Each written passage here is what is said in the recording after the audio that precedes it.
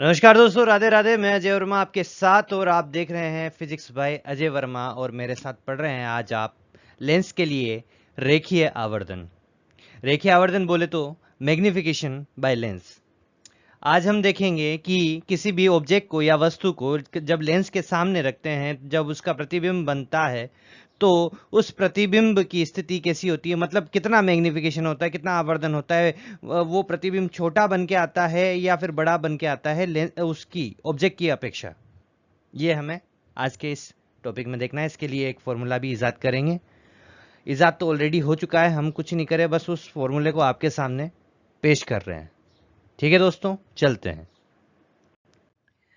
तो दोस्तों, हमारे सामने पिछले जो लेंस के द्वारा प्रतिबिंब का निर्माण हमने देखा था, यहाँ पे उत्तल लेंस ले रहा हूं मैं क्योंकि ज़्यादातर ये इस्तेमाल होगा।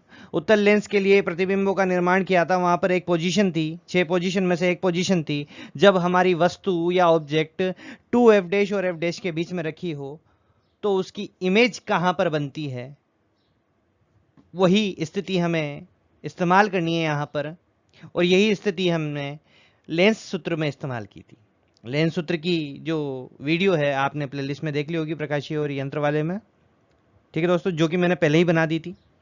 ठीक है, तो यहां पर देखेंगे ए से कोई मैं बीम निकालता हूं, किरण निकालता हूं, वो जाकर फोकस से टकराएगी और आगे बढ़ जाएगी। मतलब कोई भी प्रकाश की किरण मुख्य अक्ष के जो समांतर होती है अपवर्तन के पश्चात फोकस से निकलेगी, यदि आपका वो अपवर्तक उत्तल लेंस है तो।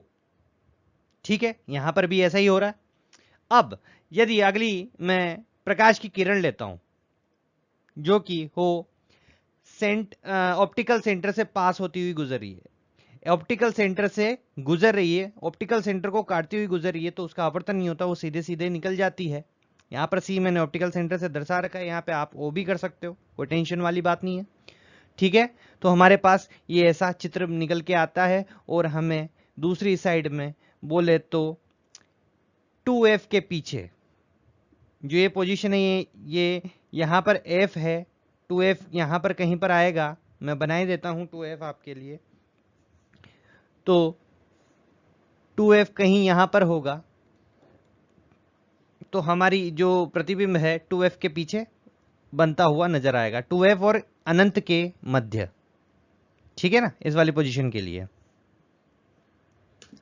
अब देखते हैं, प्रतिबिंब का निर्माण करते हैं। ये प्रतिबिंब का निर्माण हो गया। ठीक है, अब यहां पर हमें जो देखना है वो मैग्निफिकेशन देखना है। मैग्निफिकेशन से पहले मैं छोटी सी एक बात मैं आपको बता देना चाहता हूं। चिन्ह परिपाटी साइन कन्वेंशन रूल जो अपन ने दर्पण में किया था इस्तेमाल, लगभग वैसा ही रहेगा। इसमें कुछ जिधर से हमारी प्रकाश की किरणों का आगमन होता है या प्रकाश की किरणें जहां से आपतित होती है वो हमारी नेगेटिव साइड हो जाती है, बोले तो ऋणात्मक हम उसे लेते हैं, उस दूरी को हम ऋणात्मक लेते हैं। और किसके रेफरेंस में? इस सेंटर ऑफ ऑप्टिकल सेंटर के रेस्पेक्ट में लेते हैं। ठीक है ना, ये हो गया। अब इधर वाली साइड जो है नेगेटिव होगी। अब जिस डायरेक्शन में हमारी प्रकाश की किरण जाती है वो साइड हमारी पॉजिटिव हो जाएगी। ठीक है, यहां से देखेंगे तो वस्तु की साइड हमारी हमेशा नेगेटिव निकल के आएगी, इधर की साइड हमारी पॉजिटिव निकल के आएगी। जिधर हमारी अपवर्तन के पश्चात प्रकाश की किरणें जा रही है वो पॉजिटिव आएगी। और यदि मैं ऊपर जाता हूं तो ऊपर का पॉजिटिव हो जाएगा, यदि मैं नीचे जाता हूं तो नीचे का नेगेटिव हो जाएगा। नीचे की जो भी दूरी होगी वो नेगेटिव होगी, ऊपर की जो दूरी होगी वो पॉजिटिव होगी। वस्तु की साइड के जहां पर हमारा ऑब्जेक्ट है उस साइड की जो दूरियां होगी वो नेगेटिव होगी, और जिधर मैं अपवर्तन के पश्चात मेरे प्रकाश की किरणें जाएगी वो मेरे पॉजिटिव साइड हो जाएगी। ठीक है दोस्तों, और एक और चीज बता देता हूं। सेंटर बोले तो ऑप्टिकल सेंटर से जो वस्तु की दूरी होगी उसको यू से डिनोट करेंगे, जो फोकस बिंदु की दूरी होगी उसको एफ से डिनोट करेंगे, फोकल दूरी हो जाएगी। और जो प्रतिबिंब की दूरी सेंटर से ऑप्टिकल सेंटर से होगी उसको वी से डिनोट करेंगे, यू एफ वी। लेंस सूत्र में हमारे पास लेंस सूत्र आ ही गया था, 1/a बराबर 1/v माइनस 1/u आ गया था। ठीक है ना, अब इसी चित्र के माध्यम से हम लेंस के द्वारा आवर्धन ज्ञात करेंगे। तो दोस्तों, इस चित्र में सिर्फ हमें दो ट्रायंगल्स की जरूरत होगी आवर्धन के लिए। बाकी जो ये समांतर किरण छोड़ी थी हमने मुख्य अक्ष के समांतर, उसको हटा देंगे एक बार, इसकी जरूरत नहीं है। ठीक है, तो हमारे पास दो यहां पर क्या आ चुके हैं, त्रिभुज आ चुके हैं। तो इन दो त्रिभुजों में हम समरूपता के सिद्धांत का इस्तेमाल करके, किसका, समरूपता के सिद्धांत का इस्तेमाल करके आवर्धन का फॉर्मूला निकालेंगे। ठीक है ना, ये दो हमारे पास ट्रायंगल आ चुके हैं। देखेंगे दोस्तों, ये 90 डिग्री, तो ये भी 90 डिग्री। ठीक है, ये वाला एंगल एक दूसरे के, एक तरह से वो कहते हैं ना, दो रेखाएं एक दूसरे को काटेगी तो उनके आमने सामने के कोण बराबर होते हैं, ये दोनों भी बराबर हो गए। ठीक है, तो लास्ट वाला कोण तो ऑब्वियसली बात है नेचुरली बराबर होगा। ठीक है ना, एकांतर कोण जिसे बोलते हैं।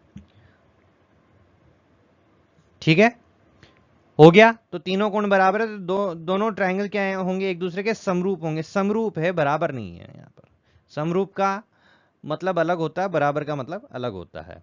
डिस्टेंस डिफरेंट होगी, इनकी जो डिस्टेंस है वो डिफरेंट होगी। लेकिन समरूपता के सिद्धांत पे क्या होता है, जो ये दो ट्रायंगल जो समरूप हैं, इन दोनों के इंडिविजुअल जो आपके अनुपात होते हैं, दूरियों के अनुपात, सेम दूरियों का अनुपात, वो अन्य दो दूरियों के अनुपात के बराबर होते हैं। जैसे मैंने यहां पर लिया अनुपात बी से सी,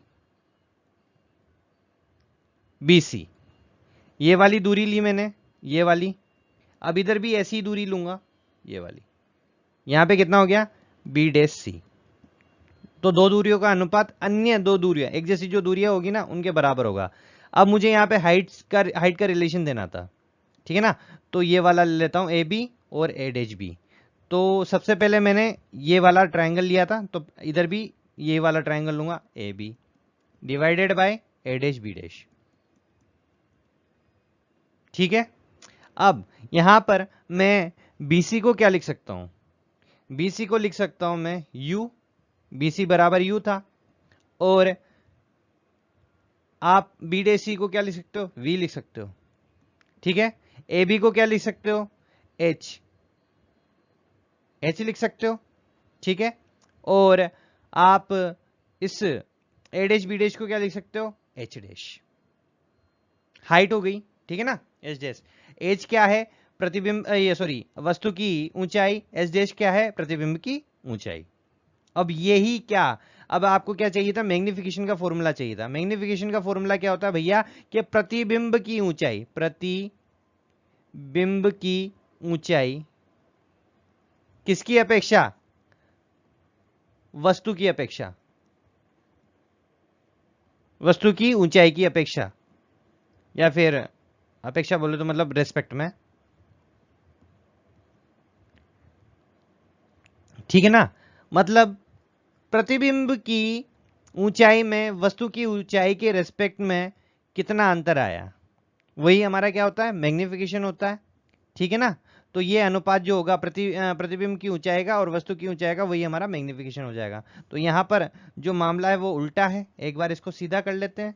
तो सीधा करने के लिए V ऊपर चला जाएगा, U नीचे आ जाएगा और H नीचे चला जाएगा, H' ऊपर आ जाएगा। ये हमारा मैग्निफिकेशन का फॉर्मूला हो जाएगा। लेकिन रुकिए, इसको एक बार देख लीजिए, चिन्ह परिपाटी का इस्तेमाल करके देखूं तो मैं, देखिए V जो है पॉजिटिव साइड में है, U जो है नेगेटिव साइड में है, H' जो है पॉजिटिव साइड में है और H जो है नेगेटिव में है। तो ये नेगेटिव नेगेटिव एक दूसरे से कट जाएंगे, बचेगा पॉजिटिव। तो लास्ट लेंस के लिए फॉर्मूला आता है V/U बराबर H'/H। दर्पण सूत्र में आपको याद है मैग्निफिकेशन का फॉर्मूला था -V/U बराबर H'/H। वहां पर माइनस का साइन था और यहाँ पे पॉजिटिव साइन रहेगा। चिन्ह परिपाटी का इस्तेमाल करके ये देख लेना, आ जाएगा। तो यहां पर हमारा मैग्निफिकेशन का फॉर्मूला आ गया है। ठीक है दोस्तों, एक बार मैं फिर से बता देता हूं। मैग्निफिकेशन का फॉर्मूला क्या है, M बराबर H'/H बराबर V/U। बोले तो प्रतिबिंब की प्रतिबिंब की ध्रुव से दूरी, ठीक है ना, ध्रुव बोले तो, या फिर यहां पे लेंस से दूरी ले लेना, सेम टू सेम वस्तु की लेंस से दूरी, आपके पास क्या आ जाएगा, मैग्निफिकेशन का फॉर्मूला निकल के आ जाएगा। ऐसे आप मैग्निफिकेशन निकाल सकते हो किसी भी लेंस के द्वारा। ये फॉर्मूला आपके लिए दोनों के लिए वैलिड है, भले से आप उत्तल लो या अवतल लेंस लो, ठीक है ना। अब एक चीज आपको बता देता हूं, आपको पता चला होगा जो भी आपने प्रतिबिंब बनाए थे कुछ आभासी थे और कुछ वास्तविक थे। तो ये याद रखना, जब m का मान पॉजिटिव हो, क्या हो, पॉजिटिव आ रहा हो, जैसे +1 +2, तो वहां पर आपका जो प्रतिबिंब होगा वो आभासी होगा, मतलब बिल्कुल सीधा का सीधा और आभासी होगा।